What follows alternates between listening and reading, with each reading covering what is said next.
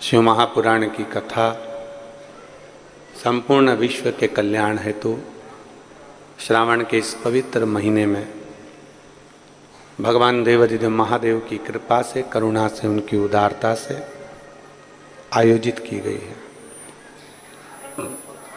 कथा के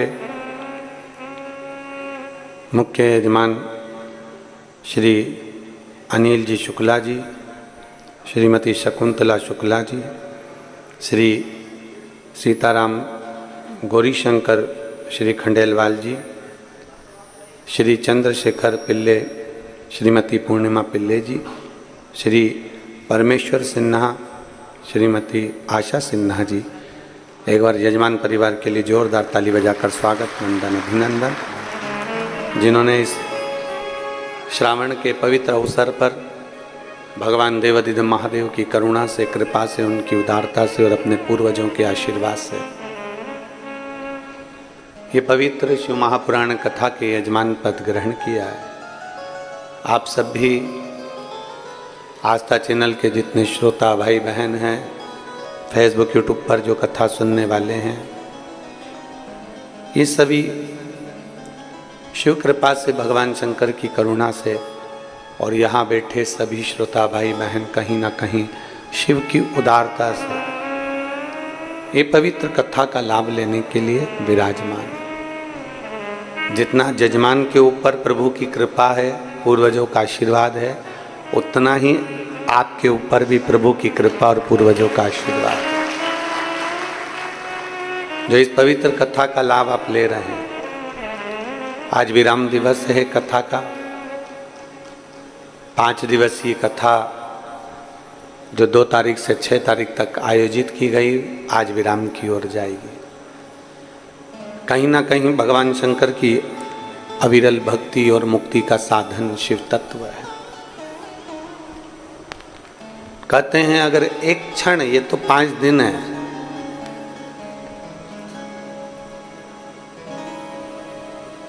एक क्षण भी अगर मिल जाए मेरे शंकर की भक्ति करने का, या एक क्षण भी मिल जाए शिव तत्व को जानने का, तो उसको बहुत मानिए। ये तो 5 दिन है, 7 दिन, 5 दिन, 9 दिन, 11 दिन, ये सब चलता है। भगवान शिव की भक्ति का दिन निश्चितता नहीं। एक क्षण भी अगर आपको मिल रहा है तो वो श्रेष्ठ है।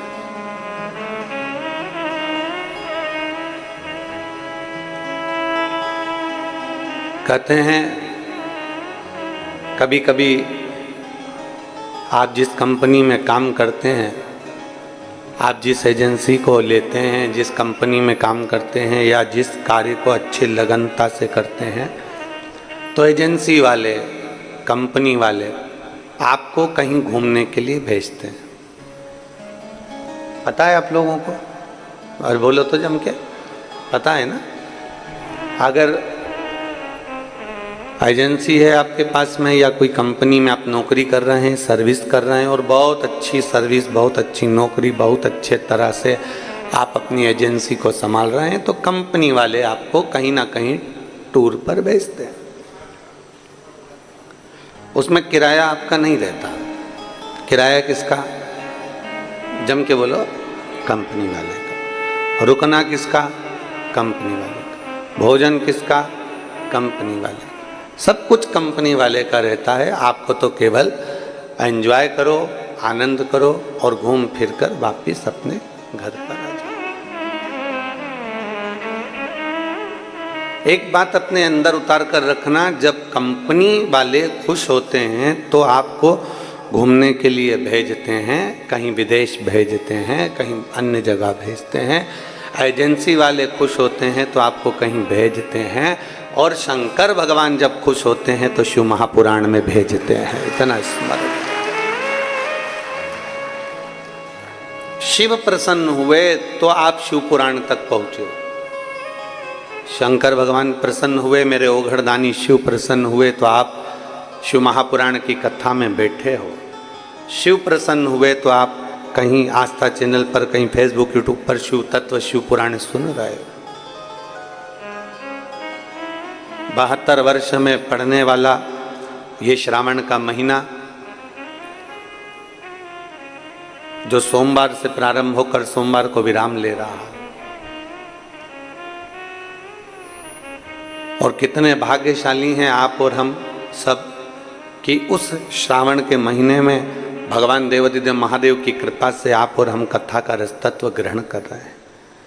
यह मानकर चलो कि जैसे कंपनी प्रसन्न होती है तो आपको कहीं ना कहीं टूर पर भेजती है, कहीं ना कहीं एजेंसी वाले आपको भेज देते हैं और पूरी व्यवस्था वो करते हैं, वैसे ही मेरे भोलेनाथ जी ने आपके लिए ये पैकेज तैयार करा था 5 दिन का। ये उसकी कृपा से हुआ, उसने आपको यहाँ भेजा। कितना पूरा राजनांदगांव कथा को सुन रहा है। एक भी ऐसी दुकान नहीं और एक भी ऐसा घर नहीं कि छत्तीसगढ़ के राजनांदगांव में कथा नहीं चल रही। हर जगह पर कथा चल रही है और सबके मैसेज आ रहे हैं और सब ने, राजनांदगांव वासियों ने, सब ने इस छत्तीसगढ़ की पवित्र भूमि से राजनांदगांव के एक एक व्यक्ति ने मैसेज किया है कि गुरुदेव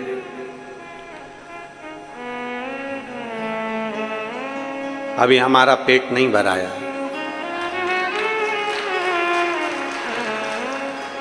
एक कथा एक बंद हॉल में हो गई, वो भी ऑनलाइन आपको करना था। और सही माने तो प्रशासन को धन्यवाद दो जो तुम इतने भी आ गए, नहीं तो ये कथा ऑनलाइन के माध्यम से ये रहता है कि पूरा हॉल खाली रहता है। ऑनलाइन का मतलब ही है कि पूरा हॉल खाली, केवल कुर्सियां कुर्सियां रहती और जजमान रहते, उसके सिवाय कोई ना रहता, कोई नहीं। ऑनलाइन का मतलब ही है कि अपने अपने घर से श्रवण करो। कितना व्यवस्था करी है प्रशासन ने, जरा देखो क्यों करी ये इतनी व्यवस्था, क्योंकि सब तैयारी में बैठे हैं अपने अपने घर से, बस एक बार महाराज कह दे कि कथा में आ जाओ, एक बार।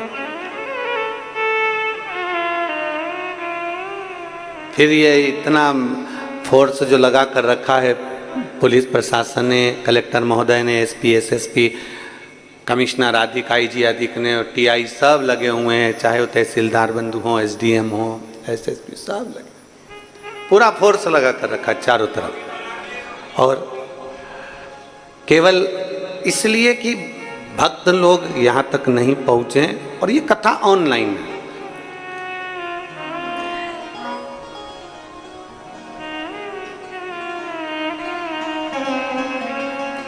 और यदि इस पूरे हॉल का कोई फोटो डाले कि भाई कथा में कोई नहीं आया, तो सबसे ज़्यादा प्रसन्नता राजनांदगांव वालों को होना चाहिए कि सीहोर वाले गुरुजी का कहना पूरे गांव ने माना, पूरे गांव ने कहना माना, ये प्रसन्नता होना। तो उन्होंने लिखा मैसेज में कि अभी हमारा पेट नहीं भराया, हम तो मधुसूदन यादव जी से कहेंगे और यजमानों से कहेंगे कि देवाधिदेव महादेव आप सबको इतना दे कि आने वाले समय में ये कथा हॉल में नहीं ग्राउंड में होना चाहिए, इतना दे आपको। और दिल से ये कथा संपूर्ण राजनांदगांव वालों की नहीं, संपूर्ण छत्तीसगढ़ वासियों के लिए एक प्रसन्नता का केंद्र है। हम भी कर रहे हैं कि होना चाहिए। और बड़ी मेहनत, आप लोगों का बड़ा परिश्रम इस कथा में रहा है। प्रशासनिक परिश्रम ज़्यादा रहा प्रशासन को, क्योंकि आसपास से पूरा घेर कर रखना, कोई भीड़ ना एकत्रित हो जाए। ऑनलाइन कथा है, उसका स्मरण रहे। तो कहीं आपको अगर ये पैकेज मिला है 5 दिन का, आप अगर कथा में आकर बैठे हो, तो कंपनी में नौकरी करते करते अच्छा काम करते हो तो कंपनी वाले भेजते हैं, एजेंसी में अच्छा कार्य होता है तो एजेंसी वाले भेजते हैं। और आप भगवान शंकर को कुछ अच्छा कर्म किए होंगे, आपके पूर्वजों ने कोई पुण्य अधिक ज़्यादा किया होगा, तो बाबा ने भी आपको ये पैकेज में यहाँ भेज दिया है। जाओ, सुनो, कथा का रसतत्व ग्रहण करो और अपने जीवन को सार्थक करो, सार्थक करो।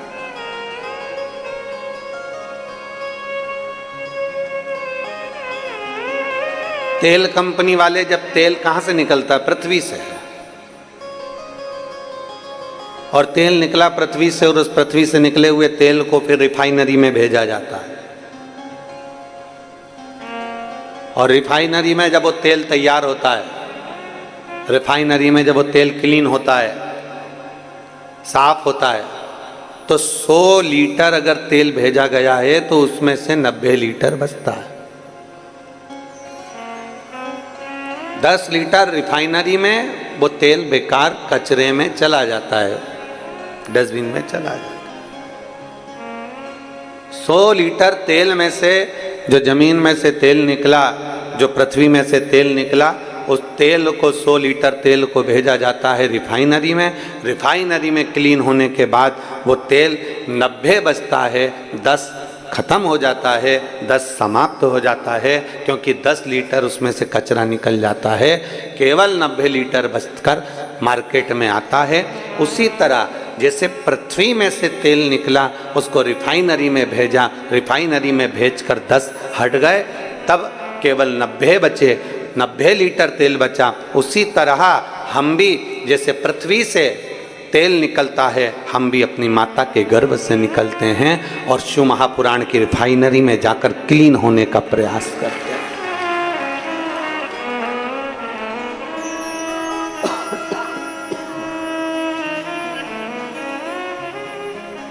ये रिफाइनरी शिव महापुराण की कथा, इसमें हमारे काम, लोभ, आसक्ति, वासना, तृष्णा, मोह, क्रोध, ये सब समाप्त हो जाता है। एक साधारण व्यक्ति और एक शिव पुराण कथा सुनने वाला व्यक्ति, दोनों के चेहरे की चमक देखिएगा, आपको अंतर नजर आए। आप यहाँ पर आई हुई जीजियों को, जीजाओं को, मेरी बेटियों को, मेरे बेटाओं को, मेरी माताओं को, जो ऊपर नीचे सब दूर बैठे हैं, इनको देखिए। जो आस्था चैनल पर कथा सुन रहे हैं उनको देखिए, जो फेसबुक यूट्यूब पर कथा सुन रहे हैं उनको देखिए, और एक साधारण से व्यक्ति को देखिए। दोनों में अंतर दिखेगा, दोनों में इनके चेहरे पर और उनके चेहरे पर अंतर दिखेगा, क्योंकि इनके अंदर एक भगवान शिव के प्रति विश्वास केंद्रित हो जाता है, विश्वास जागृत हो जाता है, तो वो जीव फिर भटकता नहीं है। उसके अंदर एक भाव उत्पन्न हो जाता है कि मुझे भटकना नहीं, मुझे शिव की शरणागति ग्रहण करना है। और शिव शरणागति के बराबर कोई सुख नहीं। छत्तीसगढ़ वासियों को तो ये सावन का जो महीना है, जो 72 वर्ष के बाद मिला है, उसमें भी भगवान शंकर ने 3 कथाएं आपको दी। एक आपने भिलाई से श्रवण कर ली, दूसरी ये ऑनलाइन राजनांदगांव से श्रवण कर ली, तीसरी फिर वो नए रायपुर से आप श्रवण कर लेंगे 12 तारीख से 16 तारीख तक, 1 बजे से 4 बजे तक। तो ये कहीं शिव भक्ति का एक आनंद है। रिफाइनरी में पहुंचा तेल, रिफाइनरी में 90 लीटर तेल बचा, क्योंकि 10 लीटर उसमें कचरा था। उसी तरह हमारे जीवन में भी बहुत कचरा समाया हुआ है। क्रोध रूपी कचरा है, अहंकार रूपी कचरा है, आसक्ति रूपी कचरा है, वासना रूपी कचरा है, तृष्णा रूपी कचरा है, निंदा रूपी कचरा है। हम इसमें डूबे हुए हैं, हम इसमें समाहित हैं, और उस कचरे को बाहर निकालना बहुत जरूरी है। उस कचरे को निकलना बहुत जरूरी है। जब ये कचरा बाहर निकल जाता है, ये कचरा जब समाप्त हो जाता है, तो एक आनंद अपने भीतर खुद ही बढ़ जाता है। और शंभु शरणे मांगू घड़ी रे दुख काटो, दया करीन दर्शन आपो। शंभु शरणे मांगू घड़ी रे दुख काटो, दया करीन दर्शन आपो। अपने भीतर के कचरे को हमें साफ करना होगा, हमारे अंदर के कचरे को हमें साफ करना होगा। और जब हमारे भीतर का कचरा साफ हो जाएगा, क्लीन हो जाएगा, तब निश्चित है कि भीतर, वो कहते हैं ना, वो एक लाइन आप लोग हमेशा गुनगुनाते हैं, हमने आंगन नहीं बुआरा कैसे आएंगे, अब तक गंदा पड़ा है द्वारा कैसे आएंगे। हमारे आंगन को हम नहीं बुआ रहे। आंगन से मतलब ये नहीं है कि आपने अपना घर नहीं बुआ रहा, घर में झाड़ू नहीं लगाई, पोछा नहीं लगाया, सब कुछ घर तो क्लीन रखा है। घर में तो पर्दे भी बदले हैं, घर में तो तुम बेडशीट भी बदलते हो, घर में तो रोज नूतन भोजन भी बनाते हो, घर में तो तुम रोज श्रृंगार भी करते हो, घर में तो तुम रोज नया नया कुछ करने का प्रयास करते हो। शिव महापुराण की कथा भी यही कहती है, जैसे घर में रोज पोछा लगाना जरूरी है, घर में रोज झाड़ू लगाना जरूरी है, घर में रोज सफाई करना जरूरी है, रोज नया श्रृंगार करना जरूरी है, रोज नई साड़ी कपड़ा वस्त्र आभूषण पहनना जरूरी है, उसी तरह अपने मन को भी प्रतिदिन नूतन करना जरूरी है, नया करना जरूरी है, भगवान का भजन करना जरूरी है। वो क्यों छूटे? और जब हमारे भीतर का अहम, हमारे भीतर का अहंकार, जब हमारे भीतर की आसक्ति, जब हमारे भीतर की तृष्णा, लोभ, ये सब समाप्त ही नहीं होता, तब तक परमात्मा मिल भी नहीं सकता। बहुत कठिन है महाराज। इसीलिए तो शास्त्र कहता है कि त्रेता में, सतयुग में यज्ञ से, अनुष्ठान से, साधना से, भजन से, आदिक तप साधना से प्रभु मिल जाते थे। पर कलयुग केवल एक ऐसा है कि जिसमें कलयुग केवल नाम धारा और सुमर इस कलयुग में केवल एक नाम की आधारशिला है। आप जितना भजेंगे, आप जितना स्मरण करेंगे, उतना आपको सुख का अनुभव हो जाएगा। पर दिक्कत तो यही है ना कि व्यक्ति जपता तो है पर छलबस जपता। भगवान का नाम जपता जरूर है, ऐसा नहीं कि संसार में कौन नहीं जपता। आप पूरे जाकर देखो, बड़े बड़े तीर्थों में देखिए, बड़े बड़े नदियों के तट पर देखिए, बड़ी बड़ी नदियां, तालाब, सरोवर, कुंड, बावड़ी, मंदिर, देवालय, शिवालय, और आपके नगर में भी जाकर देखिए, सारा भरा पड़ा है। लोग बहुत प्रेम से भगवान का नाम जप रहे हैं। कोई भगवान का राम नाम जप रहा है, कोई कृष्ण नाम जप रहा है, कोई शिव नाम जप रहा है, कोई देवी का नाम जप रहा है, उसकी मर्जी पड़े वो जप रहा है जिस भाव से उसको जप।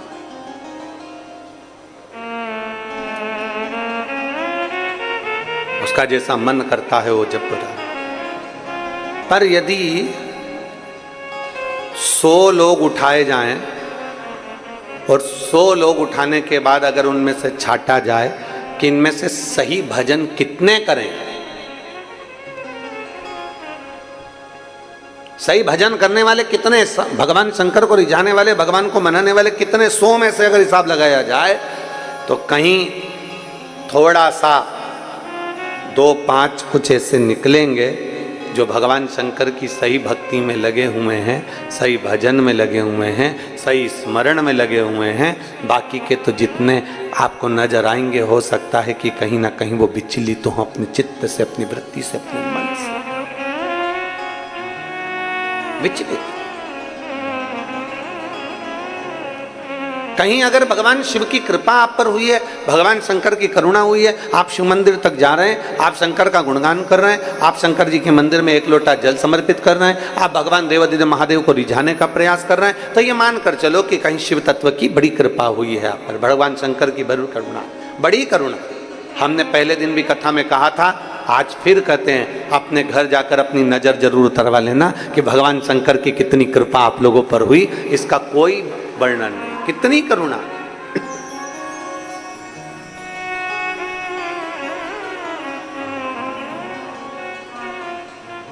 और मैंने तेरे ही भरोसे बाबा, तेरे ही भरोसे हवा बिच उड़ती जागी बाबा, डोर तो छड़ीना में कटी जावागी। भोले मैं तेरी पतंग, शंभो मैं तेरी पतंग। हम शिव की शरणागति कितनी ग्रहण करें। तारकासुर असुर हुआ, जिस तारकासुर ने भगवान ब्रह्मा जी से वर मांगा था कि अगर मैं मरूं तो शंकर जी के बेटे के द्वारा मरूं, शिव के पुत्र के द्वारा। मांगने वाला भी अगर मांग रहा है और वो भी असुर, राक्षस, और असुर भी मांग रहा है तो क्या मांग रहा है कि शंकर के पुत्र के द्वारा मरूं। इंद्र ने तारकासुर से जाकर पूछा था ये प्रश्न कि तूने ऐसा वर क्यों मांगा, तूने ये वर क्यों मांगा। मतलब शंकर भगवान समाधि में लीन है और वो उनकी शादी नहीं होगी इसलिए तू मरेगा नहीं, तूने इसलिए मांगा। शंकर भगवान विवाह नहीं करेंगे और उनका औलाद नहीं होगी, तूने इसलिए मांगा। तारकासुर कहता है रे इंद्र तू मुझे समझ नहीं पाएगा, तू मुझे जान नहीं पाएगा। इंद्र के मन में संशय रह गया, वो संशय लेकर इंद्र ब्रह्मा जी के पास चले गए और ब्रह्मदेव से फिर उन्होंने अपना संशय इंद्र ने कहा कि तारकासुर मांग रहा है कि मैं शंकर भगवान के पुत्र के द्वारा मरूं। मतलब तारकासुर ये जानता है कि शंकर की समाधि नहीं टूटेगी, शंकर जी विवाह नहीं करेंगे, विवाह नहीं करेंगे तो औलाद नहीं होगी, संतान नहीं होगी, पुत्र नहीं होगा तो ये मरेगा नहीं। या तो इसलिए मांगा उसने या कोई और कारण हो सकता है। भगवान ब्रह्मदेव ने तुरंत इंद्र से कहा इंद्र तेरी बुद्धि छोटी है, तेरा चित्त छोटा है, इसलिए तू श्रेष्ठ नहीं देख पा रहा। तारकासुर ने भगवान शंकर से उनका पुत्र के द्वारा मरना इसलिए मांगा क्योंकि तारकासुर शंकर भगवान का भक्त है, बस सामने प्रकट नहीं करता पर दिल से शिव की आराधना करता है और वो चाहता है कि शंकर जी की शादी हो जाए, शादी होगा तो संतान होगी और संतान होगा तो मेरा वध होगा। वो हित चाहता है।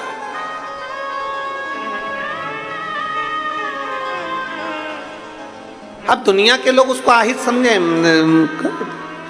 आपसे पूछें, बच्चा बहुत छोटा सा रहता है, बहुत छोटा सा, जन्म लिए बच्चे को 2 दिन में, 5 दिन में, 7 दिन में, 3 महीने में, 1.5 महीने में, 1 महीने में, 15 दिन में, 20 दिन में उसको इंजेक्शन लगता है, उसको टीका लगता है।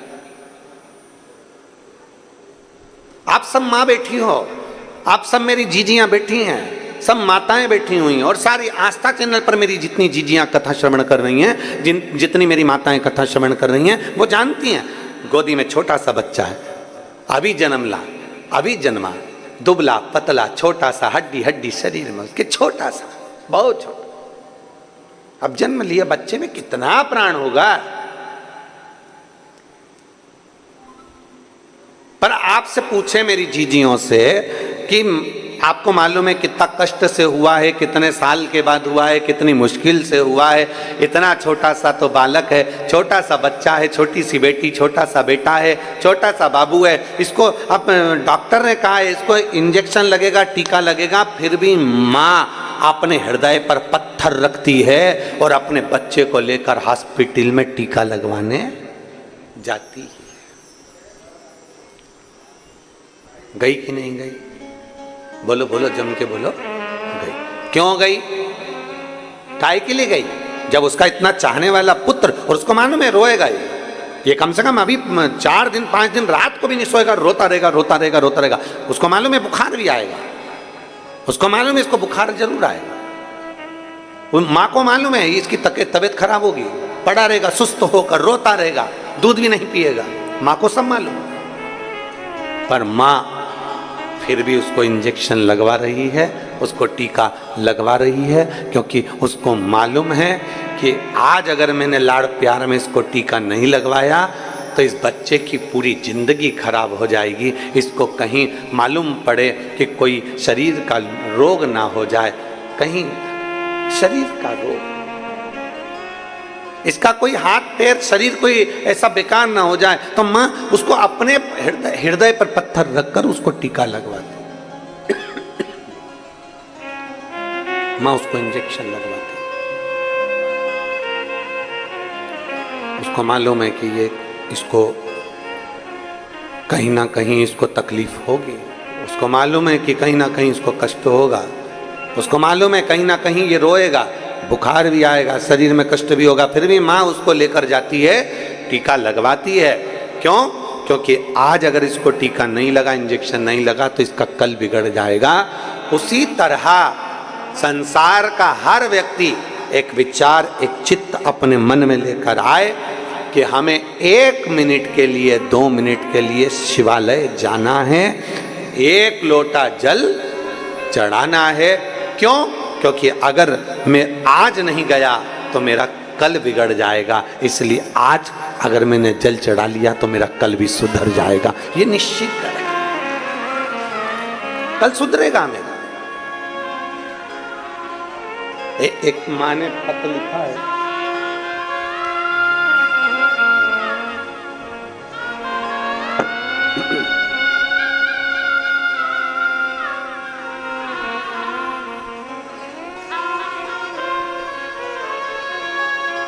मंजू यादव, आप ही बेटा? श्री शिवाय नमस्तुभ्यं। आ जाओ, बच्चे को लेकर आ जाओ। मंजू यादव, मैं राजनंद गांव की निवासी हूं। मेरा फोन नंबर ये है। गुरुजी, मेरी 2 बेटियां हैं और बेटियों के बाद में मुझे 18 साल हो गए थे। कई बार परिवार हो चाहे दूसरे हो, ताना तो देते ही हैं कि एक बेटा नहीं, एक लड़का नहीं। बेटियां होने के बाद मेरे पास 18 साल हो गए। डॉक्टर ने एक बात कह दी थी कि अब तुम्हें औलाद नहीं हो सकती, समय निकल चुका है। हम 2 बेटियां होने के बाद भी डॉक्टर से बार बार मिलते रहे, पर डॉक्टरों ने कह दिया था कि तुम्हारे यहाँ संतान नहीं हो सकती। 18 साल निकल गए 2 बेटियों के बाद, और 2 बेटियां होने के बाद में जब 18 वर्ष निकल गए, तब भी मेरे घर में कोई संतान का सुख नहीं। और लोगों के शब्द, बेटियां हैं, कौन देखेगा, कौन संभालेगा, कौन करेगा। तब हम बाबा की कृपा से, गुरुदेव, सावन की शिवरात्रि के समय पर हम 2022 में सीहोर पहुंच गए और बाबा को हमने वहाँ कावड़ चढ़ाई। कावड़ चढ़ाकर बाबा से विनय करा, कंकर शंकर पूजन करा, और वहाँ से आने के बाद में हम भगवान शंकर को 1 लोटा जल चढ़ाना प्रारंभ कर दिया। बाबा के रुद्राक्ष का जल पीते, शिव जी को जल चढ़ाते, सफेद आंकड़े की जड़ का प्रयोग करते। कहीं ना कहीं रजो धर्म ना होने के कारणवश भी संतान नहीं हो पाते, पर शिव तो शिव है, उसके आगे सब छोटा है। गुरुदेव, बाबा का मैं क्या गुणगान करूं गुरुदेव। 18 वर्ष के बाद भी मेरे बाबा ने मेरी झोली भर दी, और 28 मई 2023 को मेरे घर में पुत्र रत्न की प्राप्ति हुई। मैं बाबा को धन्यवाद देता हूं। एक शिव की आराधना का फल क्या है? आ जाओ बेटा।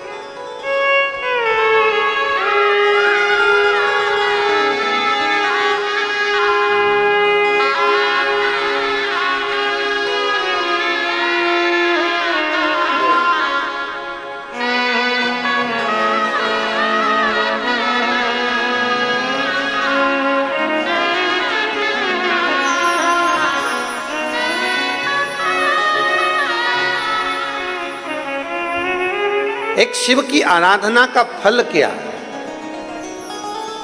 एक शिव उपासना का फल क्या? इसने लिखा है दीजी ने, जब 2 बेटियां हो गई और बेटियां होने के भी 10, 11, 12 वर्ष निकल गए, 15 वर्ष निकल गए, 16 वर्ष निकल गए, 18 साल निकल गए, तब तो आस ही छोड़ दी थी कि अब कोई संतान नहीं होगी और पुत्र तो होना ही। आस छोड़ दी। पर तेरी कृपा बिना न हिले एक भी अणु, लेते हैं श्वास तेरी कृपा से तनो तनो। बखान क्या करूं मैं राखों के ढेर का, चपटी भगोट में खजाना कुबेर का। वे गंगाधार मुक्ति द्वार ओमकार तू, भोले ओमकार तू। आयो शरण तिहार शंभुकार तार तू। हम उसके भरोसे जब हो जाते हैं, आश्रित, उसके भरोसे जब हो जाते हैं, वो संभाल संसार के भरोसे रहोगे तो वो कभी संसार वाले आपको नहीं संभालेंगे, संसार वाले तो ठोकर ही देंगे। इस बेटी ने लिखा कि कई लोग यही कहते थे, बेटा नहीं है, बेटियां अपने घर चली जाएगी, कौन संभालेगा। ऐसा नहीं है, आपकी सोच गड़बड़ है, आपके विचार गड़बड़ है, आपकी सोच गड़बड़ है। जो सोचते हैं कि बेटियां अपने घर चली जाएगी, कौन संभालेगा।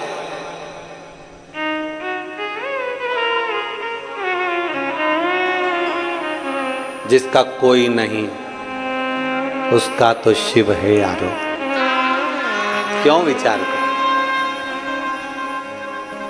शंकर की आपको स्मरण में होगा भगवान कृष्ण की कथा का कि भगवान कृष्ण की नानी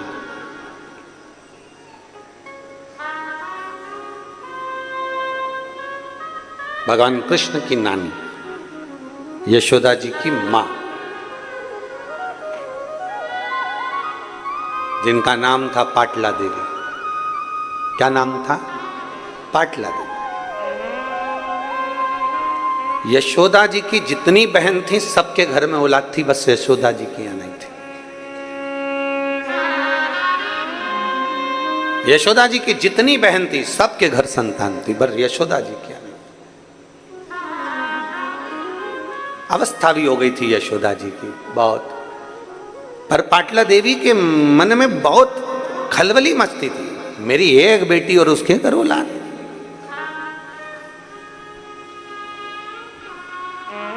जरा बेटियों से माता पिता का प्रेम भी बहुत ज्यादा होता है, इसलिए वो सबसे पहले यही देखते हैं, बेटी के घर में औलाद नहीं, बेटी के घर संतान नहीं। पाटला देवी को, यशोदा जी की माता को यह बात खलती थी कि मेरी बेटी अब उम्र हो गई है, अब उसके घर औलाद नहीं होगी, पर मेरा विश्वास कहता है कि मेरा महादेव उसको औलाद जरूर दे। पाटला देवी प्रतिदिन यमुना जी के घाट पर जाती, बालू का शिवलिंग बनाती, आराधना करती। ये पाटला देवी का नियम था, माता यशोदा की माता जी का नियम था, भगवान कृष्ण की नानी का नियम था।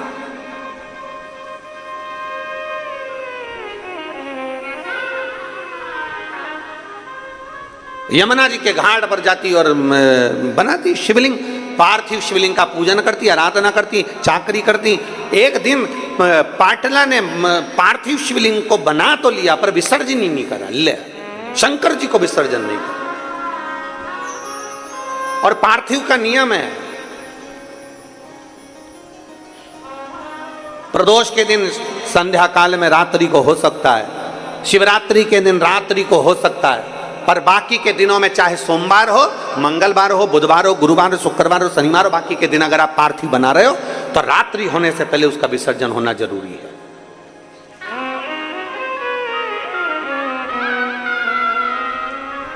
रात्रि होने से पहले उसका विसर्जन होना जरूरी है।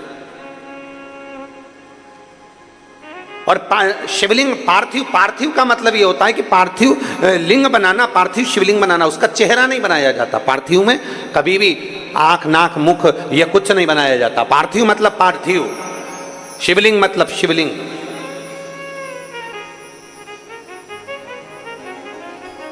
आजकल थोड़ा फैशन ज्यादा हो गया है तो लोग पार्थिव का भी चेहरा बना देते हैं ना, पार्थिव मतलब पार्थिव,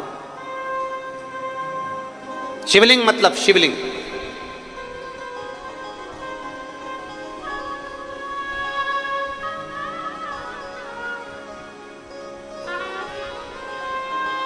अब फैशन में लोग बनाने लगे, वो अपनी जगह पर शास्त्र जो कहता है, शास्त्र के अनुसार, शास्त्र में कहीं वर्णन नहीं आया कि आप शिवलिंग का, आप पार्थिव का कहीं मुख बनाओ कि नाक बनाओ कि आंख बनाओ। पार्थिव मतलब पार्थिव, शिवलिंग मतलब शिवलिंग,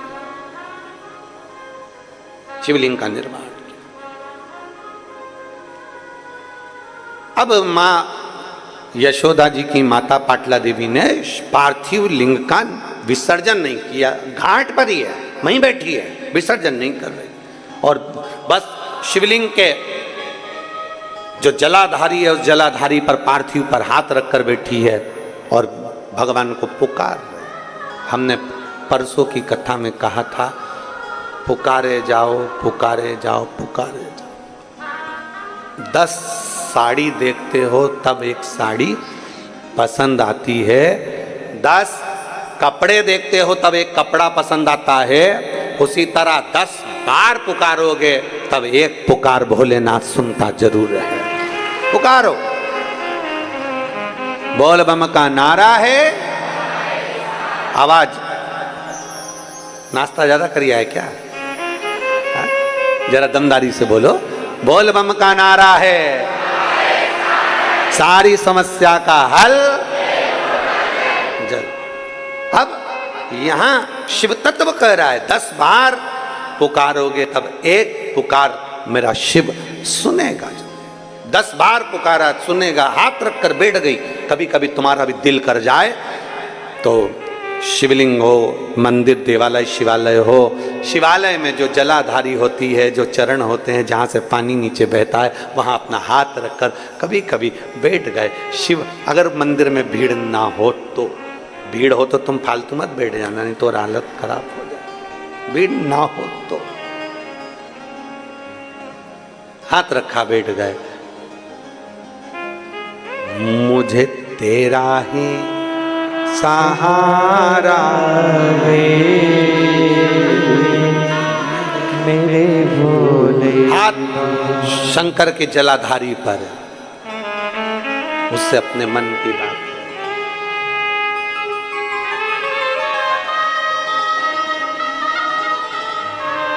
मैंने तुम्हें ही पुकारा है मेरे भोले बाबा। हाथ जलाधारी पर पुकार दो। पाटला देवी ने हाथ रखा जलाधारी पर, विसर्जन नहीं कर रही, आज उठी नहीं है, उठी नहीं। शंकर भगवान ने विचार करा, मुझे लगता है आज जिद पे अड़ गई, आज मुझे लगता है जिद। कभी कभी बच्चा मचल जाता है ना, तो माँ और बाप उस बच्चे की बात को फिर थोड़ा ना थोड़ा स्वीकार करते ही। मचल गया, कभी कभी रोज रोज मचलेगा तो फिर झाड़ू से झुड़ भी दिया जाएगा। कभी कभी जरा शब्दों पर जाना चाहिए, शब्दों का स्मरण करना चाहिए। कभी कभी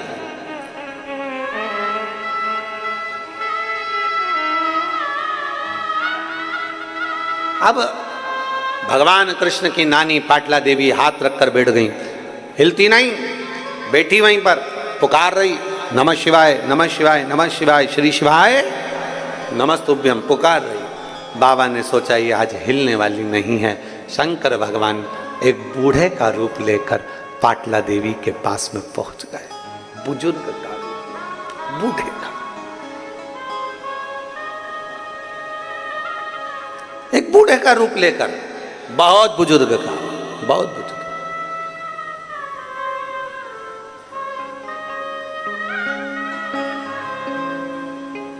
कल जब हम शिव भक्तों से मिल रहे थे तो उसमें एक माता मिलने के लिए आई थी जिनकी उम्र 106 साल थी।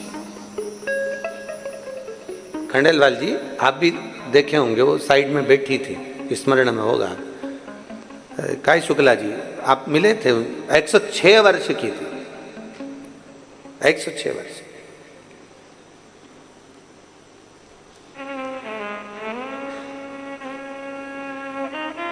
जब उनसे मिले और वो देख रही थी तो उनकी आंख में आंसू आ रहे थे। तो उनके पास में जो खड़ी थी वो बोल रही थी, हमारी माता जी आपको सुनती हैं और श्रवण करती हैं और उनकी बहुत इच्छा थी कि एक बार आपसे मिलें। हो सकता है भोलेनाथ जी ने उनके लिए आपको यहाँ बुलाया। 106 वर्ष।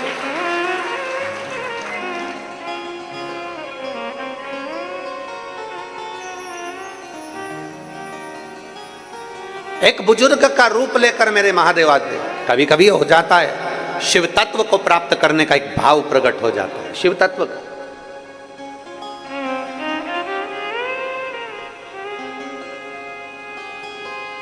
अब मेरे भोलेनाथ बूढ़े का रूप लेकर पहुंच गए पाटला देवी के पास में। ओ पाटला, पाटला ने सोचा मेरी जैसी बुढ़िया को कौन आवाज दे रहा है। मेरे पति बुलाते थे तो यशोदा की मां कहते थे, आज मेरा नाम पाटला। अच्छा, बुलाने का भी एक तरीका होता है। पति पत्नी को बुलाता है तो बड़ा विचित्र ढंग से बुलाता है, और पत्नी पति को बुलाती है तो बड़े विचित्र ढंग से बुलाती है। कभी कभी नाम का बड़ा अंतर हो जाता है।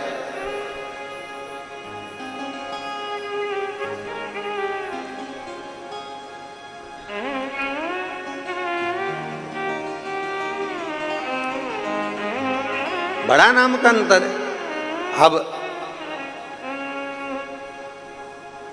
एक बार की तो कथा है, इंदौर में हम कथा कर रहे थे, और इंदौर में जब बहुत साल पहले, बहुत साल पहले की बातें, लगभग हो गए होंगे 20-22 साल पहले, अपना पैलेस में कथा चल रही थी। और वहाँ कथा चलते चलते तो आरती पहले हम जय जगदीश हरे की गा रहे थे, तो इधर आरती करने वाले जो बाजू में खड़े थे और हम बोलते जय जगदीश हरे, पास में खड़ी एक माँ बोलती जय कल्लू के पिताजी हरे। वो जगदीश नाम ही नहीं ले। अब आरती तो पूरी हो गई, पर ध्यान हमारा भटक गया, उसकी ओर गया। और आरती पूरी होने के बाद जब वो बेलपत्र तुलसी दल लेने के लिए आई तो हमने उनसे पूछा, हम जगदीश हरे बोल रहे हैं, तुम कल्लू के पिताजी हरे, ऐसा क्यों? आपकी क्या जगन्नाथ जी से कोई लड़ाई है? कहती नहीं, उनका नाम है। हमने कहा किनका? उनका। कभी कभी नाम का बड़ा अंतर पड़ जाता है। भारत में माताएं, कई माताएं, आजकल तो खैर लोग नाम से पुकारने लगे, पर भारतीय नारी पति का नाम। एक गांव में एक सर्वे करने वाले आए, और गांव में सर्वे करने वाले आए, और सर्वे करने वालों ने पूछा, आते से सब घर के दरवाजे बजाते बजाते एक घर पर गए जहां उसका पति नहीं था, पत्नी अकेली थी, पत्नी बाहर आ गई। आते से पूछा क्या है? पति भी घर में है नहीं। पत्नी ने पूछा कौन है? हम सर्वे वाले हैं। अच्छा, जरा तुम्हारा नामांकन सर्वे करना है, बोलो क्या पूछना है, बताओ तुम्हारा नाम क्या है? उसने बता दिया मेरा नाम बिमला है। अच्छा, फिर बच्चे कितने हैं? कि 4 बच्चे हैं। नाम बताओ। उनका नाम बता दिया। पति भी है, उसका नाम? अब सर्वे वाले बोले नाम बताओ, बताती नहीं, शर्माने लगी, बोली नहीं। सर्वे वाले बोले हम डबल से नहीं आ सकते, अपने पति का नाम बताओ। घर में बच्चे नहीं, स्कूल गए, कौन से पूछे, क्या करे? नेम प्लेट भी नहीं लगी। अब करे तो करे क्या? बताओ अपने पति का नाम। उसने कहा देखो मैं बताऊंगी पर तुम समझ जाओगे क्या? हाँ समझ जाएंगे, बता। तो क्या 3 गंजी और 3 गंजी कितनी हो गई? 3 गंजी और 3 गंजी कितनी हो गई? सर्वे वालों ने कहा 3 गंजी 3 गंजी। हाँ 3 गंजी 3 गंजी तो 6 गंजी, मतलब 6 गंजी। 3 गंजी 3 गंजी मतलब 6 गंजी। अच्छा, पति का नाम छगनजी है। पत्नी फिर शर्मा के इशारा करी, हाँ जी। नाम कैसे बोल? आज पाटला देवी को लगा कि पाटला नाम बोला, ये बड़ा विचित्र, मतलब इतना पाटला नाम बोलने के लिए सामर्थ्यता चाहिए। कौन बोल दिया? किसने पुकारा है? शिव जी आवाज लगाए वृद्ध के रूप में, पाटला, ओ पाटला। पाटला ने जो पलट कर देखा कोई बुजुर्ग है। पाटला को गुस्सा आया। पाटला ने सोचा, माता पाटला ने विचार किया, बताओ मैं अच्छी खासी शंकर जी से प्रार्थना कर रही थी और ये बुढ़ा यहाँ बुजुर्ग यहाँ आ गया, और मेरे पूजन करने में तो मेरा पति भी मुझे नहीं उठने देता, बोलता ही नहीं। उसको मालूम है पति को भी कि उठने वाली तो है ही नहीं, तो पहले ही चाय बनवा लो, दूध बनवा लो, जो करना पहले। अगर ये पूजन में बैठ गई तो नहीं उठे।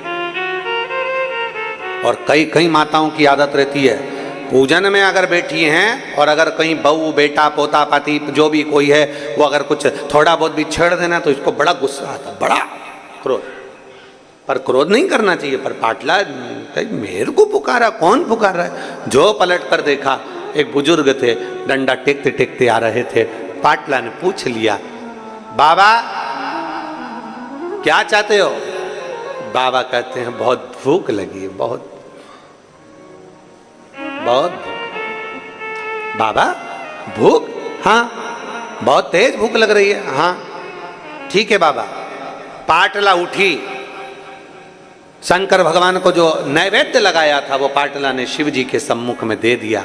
शंकर भगवान ने कहा, पाटला तेरी बेटी यशोदा से कहना सावन के महीने की जो श्रावणी आए, सावन के महीने की जो पूर्णिमा आए, सावन के महीने की जब श्रावणी आए, श्रावण की उस श्रावणी के दिन यशोदा अगर प्रेम से संत साधु जन को, गुरु जन को अगर भोजन कराएगी तो उसके घर में औलाद जरूर आएगी।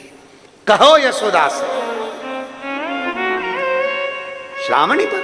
हाँ सावन का महीना था। पाटला ने तुरंत पत्र लिखा, पत्र लेकर दूत को भेजा। दूत जाकर यशोदा जी के पास पहुंचे। यशोदा जी के हाथ में पत्र दिया कि पाटला देवी ने पत्र भेजा है। मेरी माँ ने पत्र भेजा है? हाँ क्या लिखा है कि श्रावण के महीने में अगर तुम किसी संत साधु ब्राह्मण गुरुजन को भोजन कराओगी तो तुम्हारे घर में औलाद जरूर आएगी। सुना? पाटला देवी ने जैसे ही पत्र भेजा, यशोदा जी ने स्वीकार कर नंद बाबा से कहा, जाओ आज ब्राह्मणों को निमंत्रण देकर आओ। श्रावणी का दिन था, सारे ब्राह्मण संत साधुओं को निमंत्रण दे दिया गया। यशोदा जी क्या खीर मालपुआ बन गया। खीर मालपुआ बनकर तैयार हुआ। भोजन परोसने की तैयारी हुई। यशोदा जी भोजन परोस रहे थे, नंद बाबा भोजन परोस रहे थे और यशोदा मैया भी भोजन परोसने के लिए आई। तो इतना लंबा पल्लू यशोदा जी डालकर, हाथ में चुड़ला, कमर करधनिया, पांव पैजनिया, यशोदा जी इतना गहरा पल्लू ऊपर से लेकर नीचे तक पल्लू कर कर खीर परोसने के लिए आ गए। अब मालपुआ परोस रहे थे नंद बाबा और खीर परोस रही यशोदा मैया। खीर परोस रही यशोदा जी।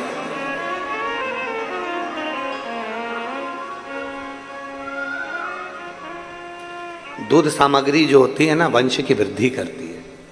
आप लोगों के स्मरण में है कि नहीं है?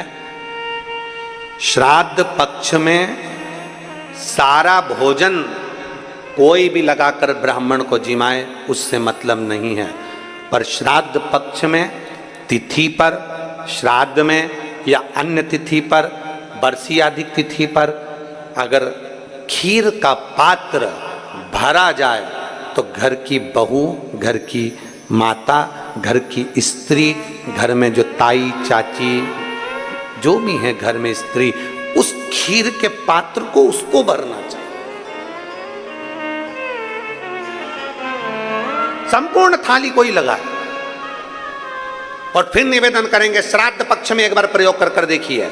जिसके घर में 23 से 24 साल तक भी औलाद नहीं हो, 23 से 24 साल तक भी औलाद पैदा नहीं हुई हो, जिसके घर में संतान ना हुई हो, वो एक प्रयोग जरूर करे।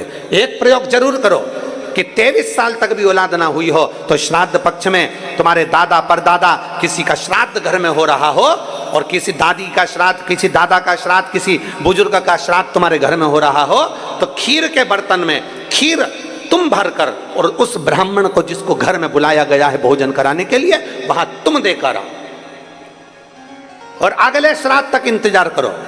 मेरा बाबा वंश की वृद्धि करता ही है, निश्चितता देता है, वंश बढ़ाता ही है।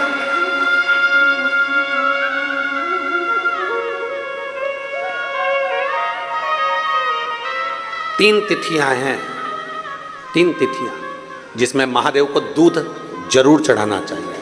3 तिथियां। और दूध कौन सा? हर कोई सा दूध नहीं, गौ माता का दूध लेकर, भले 1 चम्मच, हम ये नहीं कहेंगे कि तुम गौ माता का दूध नहीं मिले तो तुम 1 चम्मच दूध भी हो, छोटा सा 2 बूंद दूध भी हो, पर गौ माता का हो, गौ सेवा में लीन होने वाले 1 बूंद भी हो लिया, भले चम्मच भर हो, 2 बूंद का हो। 3 तिथियां हैं। पहला प्रदोष, दूसरी शिवरात्रि और तीसरे नंबर पर आती है सोमवार की अष्टमी। ये 3 तिथियां ऐसी हैं जिसमें 2 बूंद भी दूध अगर हम शंकर भगवान को समर्पित करते हैं तो अपना घर बच्चों की किलकारियों से कम नहीं होता, वो भराता ही है, वंश बढ़ता ही है। वंश बढ़ाने का एक सर्वश्रेष्ठ तरीका। जाओ। और क्यों ना दे महादेव। एक पत्र, मैं प्रेरणा खंडेलवाल राजनंदगांव निवासी हूं, छत्तीसगढ़ की रहने वाली हूं। प्रेरणा खंडेलवाल, कहीं बैठी हो तो हाथ हिला सकती हूं। मैं राजनंदगांव के निवासी हूं। आपके हैं? अच्छा, आइए एक बेलपत्र लेकर चलिए। मैं भोले बाबा का क्या गुणगान करूं गुरुदेव। मेरी शादी को 6 वर्ष हो गए थे, पर संतान का सुख नहीं था। 2 बार गर्भ ठहरा, खराब हो गया। एक गर्भाशय रहा तो ट्यूब का मुंह बंद हो गया। इस कारणवश मुझे औलाद नहीं हुई बाबा। परेशान हुई। अब एक ट्यूब बची वैसे गर्भाशय की। डॉक्टर के हिसाब से मुश्किल था कि तुम्हें औलाद हो। एक ट्यूब बची। अब डॉक्टर के हिसाब से बड़ा मुश्किल था कि संतान हो, पर मैंने 1 लोटा जल चढ़ाना प्रारंभ करा। आंकड़े की जड़क बांधी, पशुपति नाथ का व्रत किया, सोमवार की अष्टमी का पीपल के पत्ते वाला व्रत उपास किया, तुलसी विवाह का पीला वस्त्र वाला प्रयोग किया और रोज तुमरुक्वा जी का नाम लेकर भगवान शंकर के मंदिर में जाकर जल चढ़ाती और जल को नंदी के पास बैठकर आचमन करती। मैं बाबा को धन्यवाद देती हूँ। आज मेरे भोलेनाथ ने मुझे जुड़मा 2 बेटे दिए हैं। मैं बाबा को धन्यवाद देने के लिए आया। एक शिव तत्व, एक शंभु, एक औघड़ी, एक त्रिकालदर्शी, एक कैलाशी, अविनाशी। शिव तत्व इसी को कहा। एक विश्वास के साथ, एक भरोसे के साथ, एक दृढ़ता के साथ जब हम शंकर को भजते हैं और तेरी कृपा बिना न हिले एक भी अणु, लेते हैं श्वास तेरी कृपा से तनो तनो। बखान क्या करूं मैं रागों के ढेर का, चपटी भभूत में खजाना कुबेर का। हे गंगाधार मुक्ति द्वार ओंकार तू, भोले ओंकार तू। आयो शरण तिहार शंभु तार तार तू। कहो यशोदा से श्रावण के महीने में संत ब्राह्मण साधुजन गुरुजन का भोजन कराए। नंद बाबा ने निमंत्रण दिया श्रावणी करने आए हुए संत ब्राह्मणों को। भोजन तैयार हुआ, मालपुआ दे रहे थे। नंद बाबा खीर परोस रही थी। यशोदा मैया घूंघट बड़ा, हाथ में चूड़ा, पांव पैजनिया, कमर करधनिया। यशोदा जी खीर परोसने के लिए जब निकली, संतों ने, ब्राह्मणों ने, साधुओं ने देखा कि नंद बाबा की तो दाढ़ी सफेद है, नंद बाबा के तो बाल सफेद हैं, ये तो बूढ़े हैं। और क्या देखा, यशोदा जी जब आई तो इनको लगा, ऐसा लगता है कि नंद बाबा के छोरे की बहू दिखती है। इनको नहीं मालूम कि ये नंद बाबा की पत्नी है। इनको तो लगा कि छोरे की बहू है। सारे संत ब्राह्मणों ने सोचा, आज हम भोजन कर रहे हैं इनके घर में, अपन देख रहे हैं कि इनके घर में भोजन, इनके घर में कोई बच्चे नहीं है, इनके घर में कोई संतान नहीं है।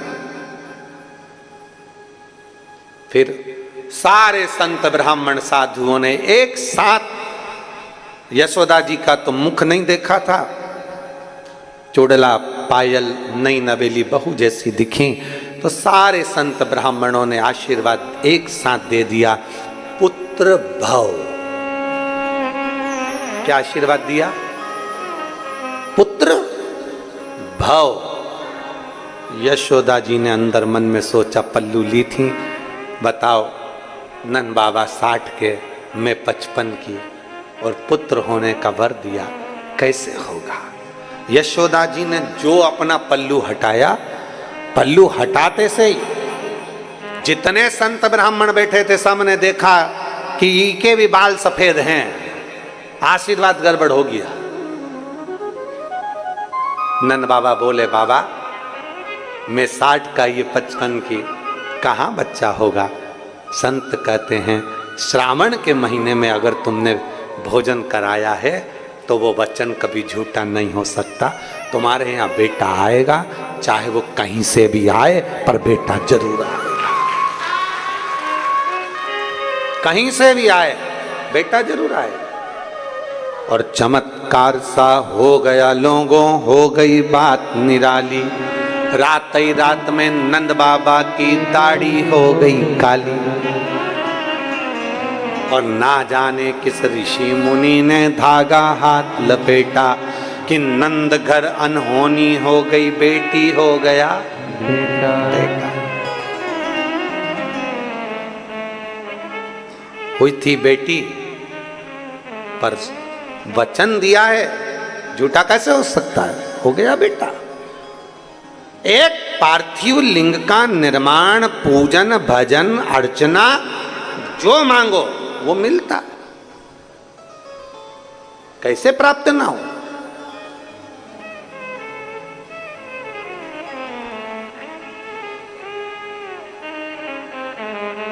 सब बराबर होना चाहिए, बेटा है बेटी है सब बराबर है,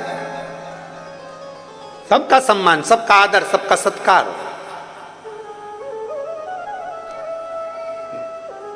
शिव कथा कह रही है, भगवान शंकर का चरित्र कर रहा, शिव महापुराण की कथा कर रही है। जब हम विश्वास के साथ में, भरोसे के साथ में, दृढ़ता के साथ में भगवान शंकर की अविरल भक्ति को प्राप्त करते हैं तो सुख का अनुभव होता ही है। कोई लेट बनता है, कोई जल्दी बनता है, शिव को जल चढ़ाने वाला एक दिन सेठ जरूर बनता है। आपकी आराधना, आपकी भक्ति कभी खाली नहीं हो सकती। संसार के लोगों से काम ना रखोगे, संसार वाले कभी आपको आगे बढ़ने नहीं देंगे।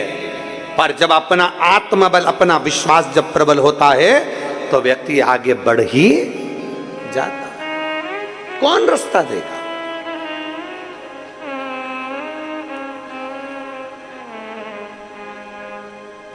गाड़ी चलाते हो? अरे बोलो तो जम के। चलाते हो? बाजार में जाते हो?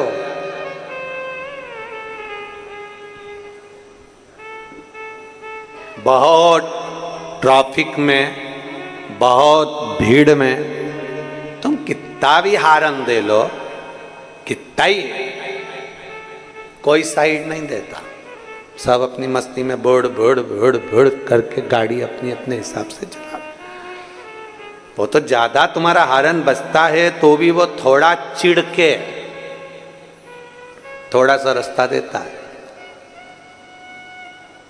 ट्रैफिक में से निकलने की जवाबदारी तुम्हारी है। ट्रैफिक में से निकलने की जवाबदारी तुम्हारी कि तुम कैसे निकलोगे, कैसे अपनी गाड़ी टर्न मारोगे, कैसे बाहर निकलोगे, ये तुम्हारे ऊपर निर्भर करता है। रास्ता कोई नहीं देता, रास्ता अपने को खुद बनाना, जम के बोलो जरा, बनाना पड़ता है। रास्ता कोई नहीं देता, रास्ता अपने को बनाना पड़ता है। भीड़ में से रास्ता तुम्हें बनाना पड़ेगा, भीड़ में से निकलना तुम्हें पड़ेगा। भीड़ में से तुम्हें अपनी गाड़ी निकालने की जवाबदारी खुद की है। दुनिया के लोग जीते जी कभी रास्ता नहीं देते, दुनिया के लोग मरने के बाद रास्ता देते हैं। फिर तो ट्रैफिक कितना भी भरा पड़ा हो और पीछे से राम नाम सत्य है, राम नाम सत्य है बोलते बोलते अर्थी आ रही है, सब साइड में होते चले जाते हैं। दुनिया के लोग जीते जी कभी रास्ता नहीं दे सकते। दुनिया के लोग तुम्हारे को ट्रैफिक में उलझा कर रखेंगे, दुनिया के लोग तुम्हें संसार में उलझा कर रखेंगे, अपशब्द में, गालियों में, ताने में, बद्दुआओं में तुम्हें उलझा कर रखेंगे। रास्ता तुम्हें जीते जी निकालना है, मरने के बाद तो दुनिया रास्ता दे देती है। मरने के बाद तुम्हें टेंशन नहीं लेना, रास्ता अपने आप मिल जाता है, परिवार के लोग ही दे देंगे। मरने के बाद रास्ता पर जीते जी रास्ता देना, बात तो वहां अड़ी पड़ी है। और जीते जी कोई रास्ता नहीं देता। तुम कितने भी हारन बजा लो, तुम कितना भी प्रयास कर लो, तुम कितना भी बोलने का प्रयास कर लो, चिल्ला कर भी जाओ, हे थोड़ा साइड में नहीं हो सकता क्या, थोड़ा साइड में नहीं जा सकता, नहीं। कितनी हारन बज रही है, पुलिस की भी गाड़ी वाऊ वाऊ करती हुई चल रही है, एम्बुलेंस वाऊ वाऊ करती चल रही है, पर लोग रास्ता नहीं देते। बड़े मुश्किल से हारन सुना तो भी बड़ी मुश्किल से साइड होते हैं, बल्कि के अपने को रास्ता निकालना पड़ता है। इधर से कटो उधर से कटो, निकल के चलते चले जाओ। बस यही शिव पुराण कहती है। जिंदगी में बहुत ट्रैफिक है, बहुत ट्रैफिक, परिवार, नाते, रिश्ते, कुटुंब, कबीले, व्यापार, व्यवसाय, ये सारा ट्रैफिक से भरा पड़ा हुआ है। इसमें अपने को कैसे निकल कर जाना है, ये तरीका शिव पुराण सिखाती है कि अपने को कैसे निकलना, आप कैसे निकल सकते हो, आप कैसे बाहर जा सकते हो, ये आपके ऊपर निर्भर करता है।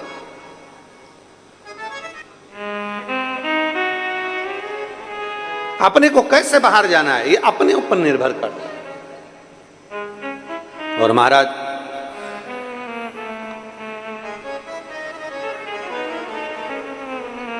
जब हम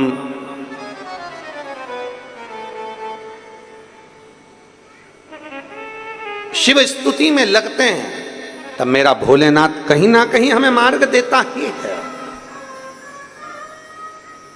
कहीं ना कहीं मेरा ओगड़दानी मार्ग जरूर देता। वो कहते ना कि मंदिर जाती गोरा को, अरे मंदिर जाती गोरा ने त्रिपुरारी मिल गयो, मंदिर जाती गोरा को त्रिपुरारी मिल गयो, और भोला जादू करियो रे, भोला जादू करियो रे, भोला जादू करियो रे, भोला जादू करियो रे। एक आराधना में, एक शिव भक्ति में, एक भगवान शंकर की अविरल भक्ति में